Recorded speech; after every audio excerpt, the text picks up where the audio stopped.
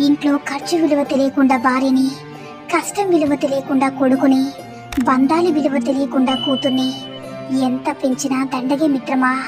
కష్టం కన్నీళ్ళనే కాదు మిత్రమా, కొన్ని నిజాలను బయటకు రప్పిస్తుంది. దాపరికాల ముసుగును తొలగిస్తుంది. వాస్తవాల వెలుగులు చూసేలా చేస్తుంది. కష్టం కూడా ఒక మంచి నేస్తమే మిత్రమా. గెలవాలంటే ఓపిక, పట్టుదల, కృషి ఉండాలి. ఓడిపోవడానికైతే ఒక్క భయం చాలు మిత్రమా.